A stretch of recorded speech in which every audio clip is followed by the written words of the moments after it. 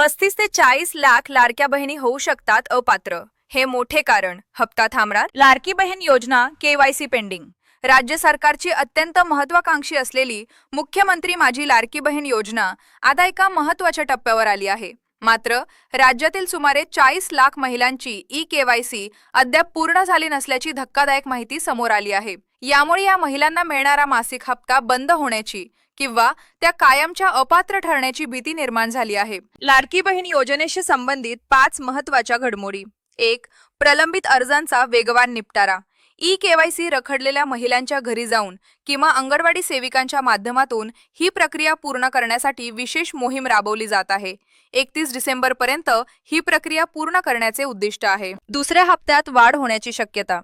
नवीन वर्षात वाढती महागाई पाहता लाडकी बहीण योजनेच्या 1500 रुपयांच्या हप्त्यात वाढ करण्याबाबत सरकार दरबारी हालचाली सुरू आहेत.